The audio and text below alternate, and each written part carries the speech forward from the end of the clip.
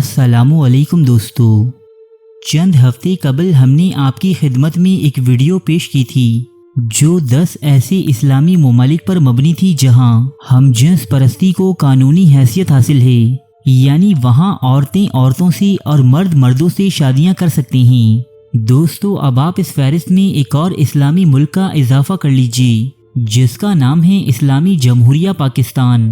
جی ہاں دوستو، وہی ملک جو آج سے 75 سال پہلے دینی اسلام کے نام پر معرض وجود میں آیا تھا اور جسے اسلام کا قلعہ بھی کہا جاتا رہا ہے، اور اب اسی اسلامی قلعے کے اندر باقاعدہ طور پر قوم لوط کے عملے بد انجام دیے جائیں گے اور انہیں قانونی تحفظ بھی حاصل ہوگا۔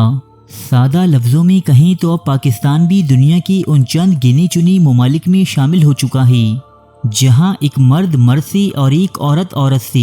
قانونی طور پر شادی کر سکتی ہے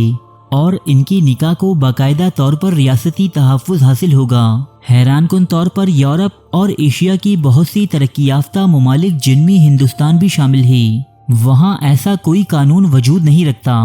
جس کی رو سے دو ہم جنس پرست لوگ آپس میں شادی کر سکیں۔ البتہ پاکستان کی قومی اسمبلی میں گزشتہ روز ٹرانسجینڈر افراد کے حقوق کے نام پر ایک ایسا قانون پاس کیا گیا ہے جس میں بظاہر تو ایسی کوئی شک موجود نہیں جو براہ راست دو ہم جنس پرستوں کو شادی کی اجازت دیتی ہو، لیکن تکنیکی طور پر اس قانون کے ذریعے دو مردوں اور دو عورتوں کے درمیان جنسی تعلقات استوار کرنا اور آپس میں شادیاں کر لینا ممکن ہو چکا ہے، جبکہ نادرا سمیت پاکستان کا ہر ریاستی ادارہ اس شادی کو تسلیم کرنے کا پابند ہوگا۔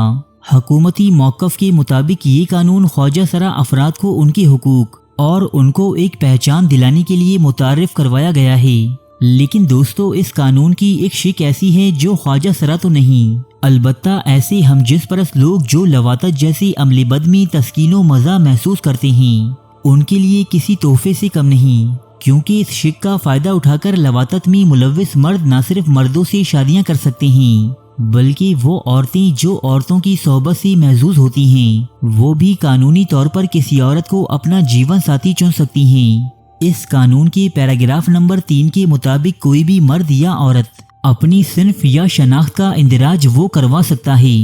جو وہ سوچتا ہے یا سمجھتا ہے کہ میں وہ ہوں، یعنی اگر کوئی ایسا مرد جس کی بڑی بڑی مونچھیں ہوں لیکن وہ قوم لوط کے عمل میں دلچسپی رکھتا ہو، یعنی وہ لڑکیوں سے زیادہ لڑکوں میں دلچسپی رکھتا ہو، تو وہ اپنی شناخت کا اندراج بطور لڑکی کروا سکتا ہے، جبکہ نادرا اور دیگر حکومتی ادارے اس شخص کی اس بات کو تسلیم کرنے یعنی اسے ایک لڑکی تسلیم کرنے پر مجبور ہوں گے، نہ تو اس کی بڑی بڑی مونچھیں اس بات کو جھٹلا سکیں گی کہ وہ ایک لڑکی ہے اور نہ ہی اس کا کوئی میڈیکل ٹیسٹ لیا جائے گا۔ قومی اسمبلی میں پاس ہوئے اس قانون کی رو سے اسے لڑکی ثابت کرنے کے لیے بس اس کا یہ سوچنا ہی کافی ہے کہ وہ ایک لڑکی ہے اور وہ لڑکوں میں دلچسپی رکھتا ہے۔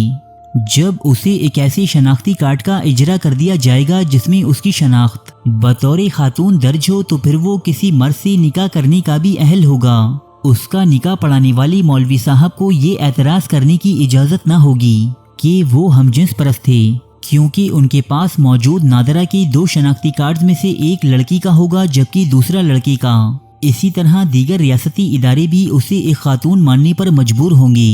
دوستو، کسی بھی مرد یا خاتون کی سوچ کے ذریعے اس کی شناخت متعین کرنے کا یہ قانون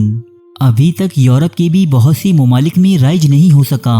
لیکن ہمارے صاحب اقتدار لوگوں کو نہ جانے ایسی کون سی بات سمجھ آ گئی ہے جو دنیا کی اکثر ممالک کو سمجھ نہیں آ سکی۔ اگر کسی کی سوچ اور جنسی رجحان کی وجہ سے ہی اس کی شناخت کا تعین کیا جانا مقصود ہو تو پھر ہمارے معاشرے میں ایسے بہت سے لوگ بھی پائے جاتے ہیں جو پیڈوفائل ہیں، یعنی ایسے لوگ جنہیں عورتوں یا لڑکیوں سے زیادہ چھوٹے بچوں سے جنسی عمل انجام دینے میں سکون ملتا ہے، تو کیا ان کے لیے بھی مستقبل میں ایسا کوئی قانون بنایا جائے گا؟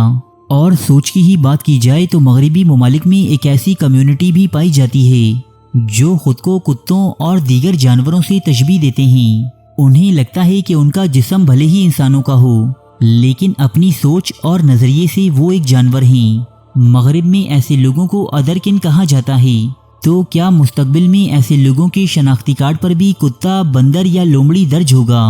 دوستو، لواطت یا صدومیت کوئی نئی چیز نہیں، اس عمل بد کی ایجاد آج سے ہزاروں سال قبل حضرت لوط علیہ السلام کی قوم نے کی تھی۔ اس ناپاک اور غیر فطری عمل کے باعث اس قوم یعنی قوم سدوم پر اللہ تعالیٰ کی بہت سے عذاب نازل ہوئی۔ ان پر بیماریوں نے حملہ کیا، قدرتی آفات نے ان کے شہروں کا رخ کیا، لیکن انہوں نے اللہ کے بھیجے ہوئے نبی حضرت لوط علیہ السلام کی بات نہیں مانی اور اپنی ہی جنس کے حامل لڑکوں سے اختلاط میں مصروف رہے۔ جب اللہ کی دی ہوئی مدت ان لوگوں پر تمام ہوئی تب حضرت جبرائیل علیہ السلام نے سدوم اور گمورہ نامی ان بستیوں پر پتھروں اور آگ کے شعلوں کی ایسی برسات کی کہ یہ اپنے گھروں اور اہل خانہ سمیت اس میں دب کر ماری گئی۔ تو اب ہمیں اور بالخصوص ان لوگوں کو جو ہمارے اقتدار کے ایوانوں پر مسلط ہیں، انہیں یہ سوچنا چاہیے کہ ہم سے اللہ کی رحمت سے ہونے والی بارشیں تو سنبھالی نہیں جا رہی، تو کیا ہم ایسی بارشوں کا سامنا کر پائیں گے جو اللہ رب العزت کے غضب کا نتیجہ ہوں؟ اگر نہیں تو پھر مغربی طاقتوں کو خوش کرنے کی بجائے اس ایک اللہ کی ناراضگی کی فکر کی جائے جو تمام عالمین کا رب ہے۔ ارے فرینڈز، ایک منٹ، آپ ایسے ہی جا رہے ہیں؟ اتنی محنت سے ویڈیو بنائی ہے، ایک لائک تو بنتا ہے نا؟ اور دوسرا یہ کہ آپ ہمیں اتنی بڑی دنیا میں دوبارہ کیسے ڈھونڈیں گے؟ تو اس کا حل یہ ہے کہ آپ ہمارے چینل کو سبسکرائب کر لیجئے اور اس بیل کے آئیکن کو کلک کر دیجئے۔ اس طرح ہمارے آنے والی تمام ویڈیوز آپ تک پہنچتی رہیں گی۔ ارے ڈریے مت، یہ بالکل فری ہے۔